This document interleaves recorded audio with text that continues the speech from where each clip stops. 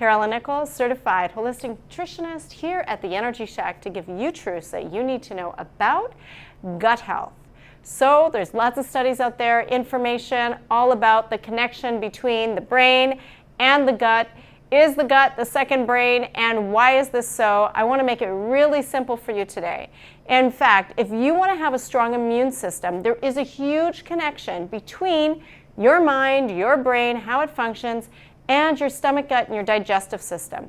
They are absolutely connected, and I'll explain that in just a short little bit. But I want you to know that your immune system is 100% dependent. Actually, let's use a very accurate statistics, is about 80% dependent on your gut health.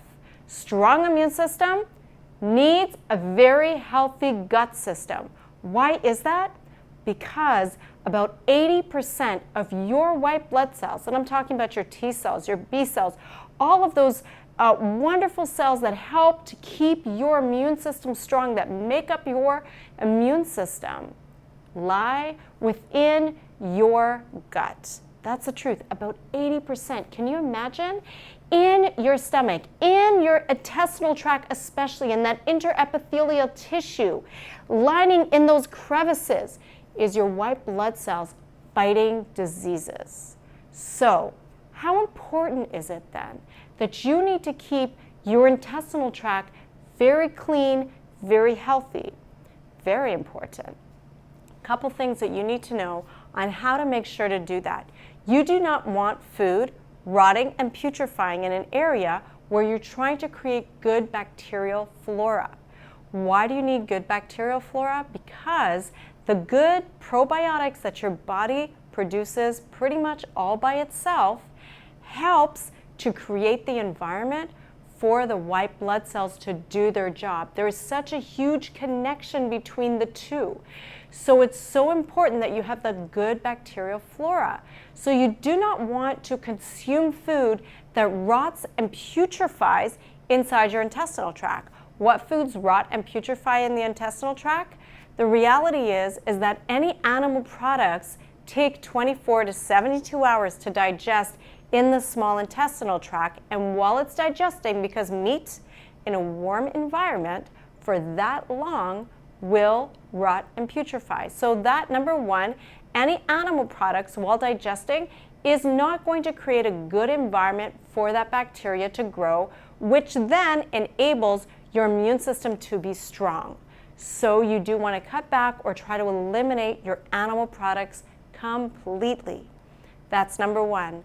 Number two, you also want to make sure that you are not creating food that bad bacteria will start to grow over or stronger than your good bacteria. So what is that? Your refined carbohydrates and your sugars. Any refined sugar intake. So I'm not talking about your fruits, I'm not even talking about your dried fruits, although overconsumed, they will turn into regular sugar in the system. But what I'm talking about is just plain sugar that could be in almost anything that you're having. And remember, even honey off the shelf is like a refined sugar because it's been cooked, it's been processed, so there's no nutrients left in it. But anything that contains white sugar, brown sugar, cane sugar is refined. If you go and get a sugar cane and eat it, oh, that's great for you. But if you see cane sugar on a package, that just means it's a refined cane sugar. So you want to be very mindful of the amount of sugar that you're eating, as well as your refined carbohydrates. So your bread, anything with wheat, any white pasta, white rice, all of those things turn to sugar in the body, and the bad bacteria feeds off of that. It will overgrow the good bacteria, and then we do not have a good environment for your immune system to be strong. So it's very important that you are staying away from those foods that feed that bacteria. So what else you can do, believe it or not, is stop getting stressed out, anxious, and worried over things. Because this is where the brain-gut connection happens. We have a vagus nerve, and it goes right from the brain into the stomach. Every time we're worried, anytime we have a negative thought, anytime we're emotionally upset, the body releases cortisol. And that cortisol through the vagus nerve, yes, it goes to a few places, but it eventually dumps inside the stomach. And that cortisol is so strong, you know, fine, you have one bad day once in a while, but if you are constantly worried, constantly anxious, constantly thinking negative things, and constantly under a lot of emotional stress, you are going to constantly dump that cortisol in the stomach, and it is so strong. It will kill the good bacteria in the stomach, and the bad bacteria will grow over as well. It can eventually create ulcers and so much trouble, and it can start to create abrasions on the lining of your intestinal tract and your stomach. And that is not an environment where your immune system can be strong. So you really want to think about or learn to capture anxious thoughts. Talk to me. I've got some great tactics for that. But that is also super, super important. And finally, I just want to share one last thing that can help you with this good bacteria growth so that your immune system can stay strong. Believe it or not, but fasting helps to create that incredibly good environment for your good flora bacteria to grow and populate properly. And again, once that can grow properly, then you can have a stronger immune system, because that's where most of your white blood cells, almost 80% of them, are hanging out. So fasting is very important. That's why we recommend a really good breakfast, a good lunch, and then from like 3 o'clock onward, you're just drinking water or maybe herbal tea. You're giving your digestive system a break so that it doesn't have to digest food, and it can work on strengthening your immune system, populating the good bacteria. Your body can rest. It doesn't have to work so hard on digesting. Your mind can be at ease.